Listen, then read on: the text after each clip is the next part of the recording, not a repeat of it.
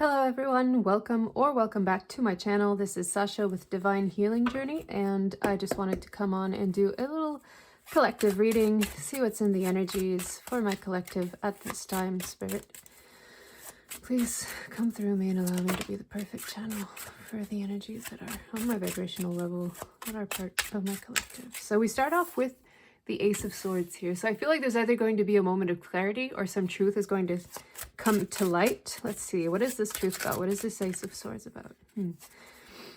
What is this Ace of Swords about? What's going on here in my collective's energies?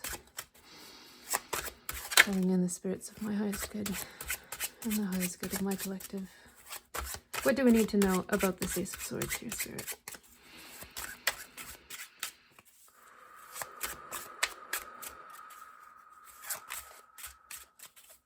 I'm getting called to shuffle these differently. I don't know why. I never do this with my decks. I don't believe in shuffling this way, but apparently I'm being asked to do so. Let's see.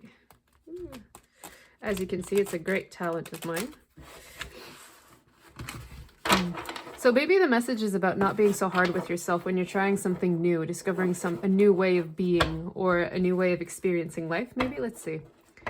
This is going to be painful, but we're gonna get through this. We're gonna get through this. Okay, let's see. And they want me to cut, so I'm just gonna do completely uneven packs. And let's see, what do they want now?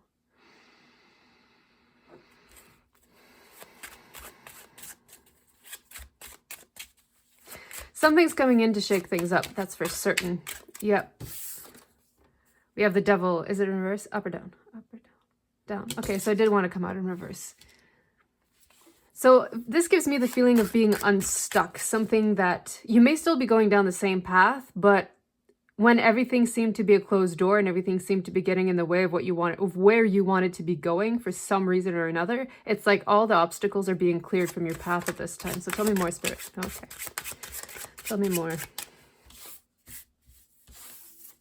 We have the Four of Wands and the Ten of Coins. Okay, so definitely picking up on that energy that I was talking about, where all of the obstacles are cleared out of the way for you at this point. So we're just going to end that row with two more cards, Spirit, please. Two more cards to see what's going on in my collective's energy.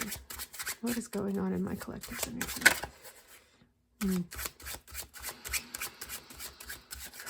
I'm just hearing like clear skies ahead. So maybe you've been working on something for a while now and it seemed like it hasn't quite panned out, or like I was saying, there was a lot of obstacles in the way, but there's none of these now. I feel like there's communication coming in for sure.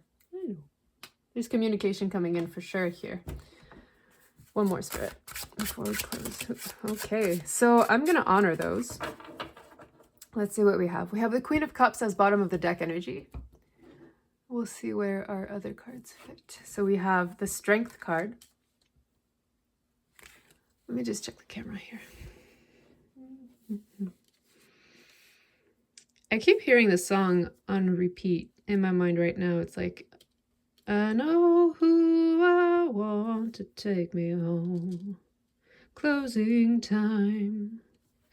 And we also have Justice and the Queen of Swords here. Okay. So let's dive in.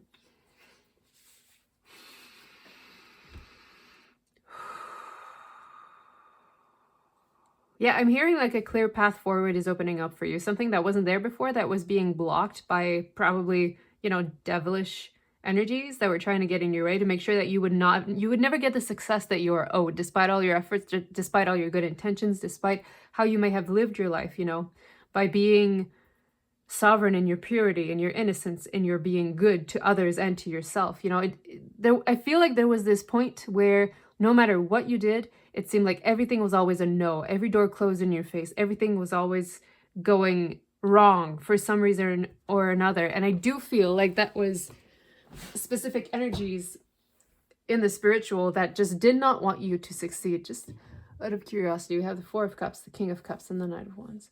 So this confirms to me that there is an energy coming in quickly to bring you this justice that was denied to you for a long time now, I feel.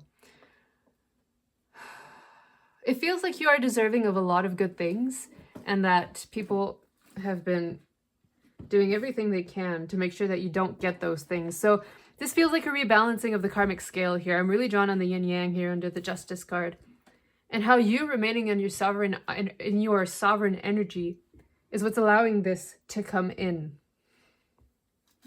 It's like there's going to be a gate closing on all these disturbing energies that wanted to keep you from what you were meant to receive. I do feel like the general sense that I get with all these cards is that it's been a very long journey, and you're at the end of it now. Nothing can get in your way now. I'm just noticing here how there's a bunch of cut heads in the background here. So this feels to me like you've slayed all your demons. You've overcome everything you needed to overcome. And I feel like this has happened for a while, and yet you still did not receive what it is that you were meant to be receiving. And now Spirit is getting involved here and saying no more. That you're not getting in the way of these things, of our collective here getting what it is that they deserve. So I want to just get some clarifiers here. Let's talk about these devilish energies. What does that mean? What was in the way here? So the King of Cups. It could have been a distorted masculine energy that was never in control of their emotions. Like their emotions always got the better of them, and they thought that they could... I'm getting a really manipulative energy here, like someone who thought they could just... that they were king of the world and everybody needed to bow down to them, otherwise they would, you know, have a little bitch fit and just scream and yell and blah, blah, blah, and be like a, you know, like a wounded baby over things, and that you were not allowed to get things that they had not received themselves, is what I'm getting. So take that as it resonates for you. I want to know more. What else was in the way here? What else was blocking my collective's blessings? One more clarifier for the devil here. Who else or what else was blocking my collective's blessings here? Because I do feel like it was more than one energy, karma. So yeah, this is the Judgment card in this deck. It could have been, you know, up to 3 people. It could have been a coven, or, you know, people that ganged up together on you. I get this feeling like there was a ringleader, but then this ringleader knew they couldn't take you on their own, so they had to get the help of some flying monkeys to send those flying monkeys at you, so that they would be the ones to intercede and to keep you from what it is that you deserved, really. But I'm kind of getting the sense that this coalition is dissolving, because maybe these flying monkeys have gotten a mind of their own and they realized that what they were doing wasn't right. Or like I said, Spirit intervened and with this Ace of Swords cleaved through all of these attachments and just ended up really...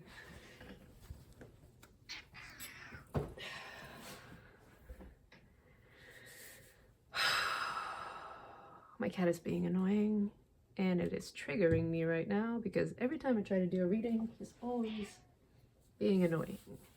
And I feel like that's that energy that I was talking about, where it feels like every time you're about to get something would get in the way and act as a distraction and stop you from getting what you were meant to get. Okay, so let's talk about this energy here. The 4 of Wands and the 10 of Pentacles. What is this going to look like? What shape is this going to take in my collective's life here? How is this coming in now that there are no more barriers? Now that there are no more barriers, this 4 of Wands, 10 of Pentacles energy. I just heard like it's going to feel like a dream, but what here? What's going to feel like a dream? Talk to me. Okay. I'm going to take these 2. So with the Hermit card here, immediately what I'm getting is this idea that, you know, you're at the end of your travels. Like all the pain, all the lessons, all the bullshit that you've been through, that you've been put through by other energies, it's all coming to an end, and you're seeing the light at the end of the tunnel here. We have the Knight of Swords again, so definitely someone coming in with communication, and it feels, I don't know if urgent is the right word, but it feels pressing, like it's something that was due to you and it's late in arriving, and like Spirit knows that it's late in arriving, and so they're doing everything they can to like get the momentum working in your favor so that it can finally enter your reality, you know? So let's see. Talk to me about this Knight of Swords now, since it's appeared twice. 2 of Swords. So there's this choice being made. Is it made on your behalf, or is it a choice that you're making? That's what I want to know, Spirit. Made, okay. The 5 of Swords. So the end of conflict for sure. So the choice of ending conflict. Did that come from you? Was there a situation in your life where you decided you just had enough and you weren't participating in giving out energies anymore? We have the Six of Cups at the bottom. Let's see. So we have the Knight of Pentacles. We have the Strength card again, twice repeating now. And the Nine of Cups. Okay. So let me tap into this Knight of Swords and Strength card since they've both come out twice now.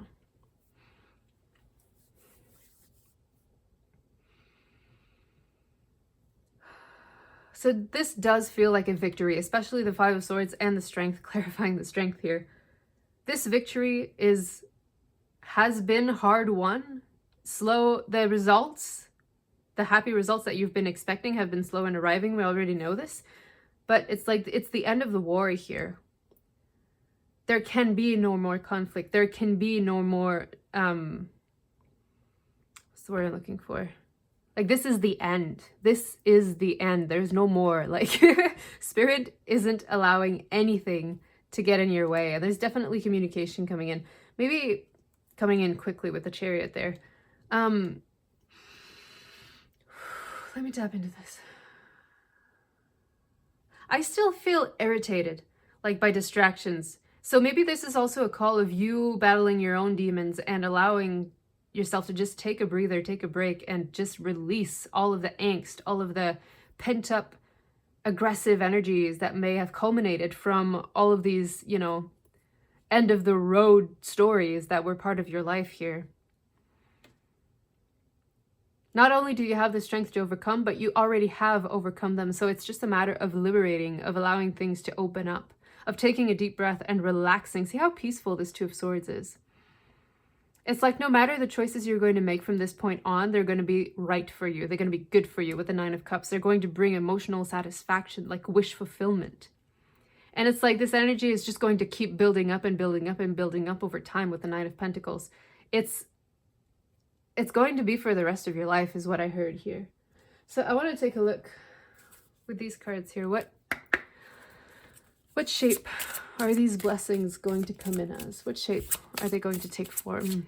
How is this coming in? How is this coming in for my collective? I feel like there was this really pesky energy in your life that just would not give you a break, that just would not give you a reprieve, and that they're going to be the ones, you know, they've built a lot of karma against themselves with the Justice card. So we have the Moon's Child. Yeah, you're divinely protected and watched over, not just by like the angelic realms, but also by the darker realms. And dark and light don't necessarily equate good and evil. Our choices are what brand us as good and evil. You know, how we choose to treat people. It's not our innate nature that is good or evil. It is how we choose to respond to the opportunities that we're given, to the challenges that we're given. But I really, with the dragon here, I really feel that you are surrounded by protectors, not just of the angelical realms, but of the darker realms too, because they know all that you've been put through and they see that you've retained your purity anyways. We have inspiration. You act as an inspiration. And for me, the Hummingbird talks about ancestors. You are the inspiration, not only for the generations that came before you, but the ones that come after you as well. So let's take a look at this inspiration. How is that taking shape or form? It's like you're achieving things that people never thought possible, that either they discarded you early on. There's definitely a gift coming in, charity. It's like your life is going to be easier now. Well, I don't know if easier is the right word, but you're going to see positive results from the efforts you put in, whereas you used to never see any kinds of results whatsoever. So we also have the Alpha and self-reliance. So yeah, so this is giving me the energy that every project you're going to start, everything that you're going to want to build is going to be manifest. There's not going to be these ambushes that were there before. That path is cleared for you. So whatever it is that you choose to manifest in your life at this time, after listening to this reading, maybe to give you that confirmation, it's going to pan out. It's going to work out. It's going to go through in the way, maybe not exactly the way you thought that they would, but in a way that is going to be beneficial for you. It's like, it's like hard mode was disabled in your case because you've had more than enough. Like you've endured probably a lot. And I'm really curious for you to share that in the comments with me if you feel like you want to do that. I'm curious about other people that may have had a difficult journey, you know, that was like placed upon their shoulders by others, never really by your own, by the consequences of your own actions, or it shouldn't have been, but you know. What am I asking for here? Tell me about the blessings coming in for the collective, please, Spirit. Okay. So we have belonging. So yeah, maybe you always felt like an outsider and like nothing never really went your way. And you couldn't figure out why, because it wasn't necessarily because you didn't fit in or because you weren't like a good person or people didn't like you. It's just you're probably very different and people don't always know what to do with that. I had a conversation with one of my cousins the other day, a while ago. And it's like, I've been diagnosed with both ADHD and autism, and I told my cousin, who I'm pretty sure is ADHD for sure, if not more. But I talked to him and it's like, I just said to him, it's like, I'm this walking ball of love and people don't know what to do with free love, so they react poorly. It's like they're afraid of someone just being genuinely kind and not wanting anything in return. Because for me, you know, love isn't transactional. If I love you, I love you. And it's not something complicated. It's not something where I'm owed anything of you because I said I love you. Like, no, that's not the way I roll. It's like, I live in this energy of unconditional love, and I feel like more people should. But it's like we've been conditioned to believe that, not that love is a chore, but that it comes at a price when it really should not. We have the fledgling. So you're maybe learning how to belong or how to be part of a community, or maybe you're finding your soul tribe here. We have playful and we have self-worth. So yeah, finding yourself and being happy with who you are in the scheme, or not in the scheme of things, but like not allowing the circumstances of your life to deter you from being who you are, from being this pure, this innocent, this good person that just wants to give back. Allow yourself to do that, regardless of how it looks like people receive it, because they may not get it right off the bat, but eventually they will. So, and it might take time and they might not like be the ones to come forward or anything, but just retain the quality of a good person that you are and allow that to be your guiding light in your life. Anything else with this? I don't think so. So I'm just going to close off the reading with a few affirmations here. How can my collective best bring this about in their life, Spirit? How can my collective best bring this about in their life? What do they need to know this time to help them bring this into their physical reality?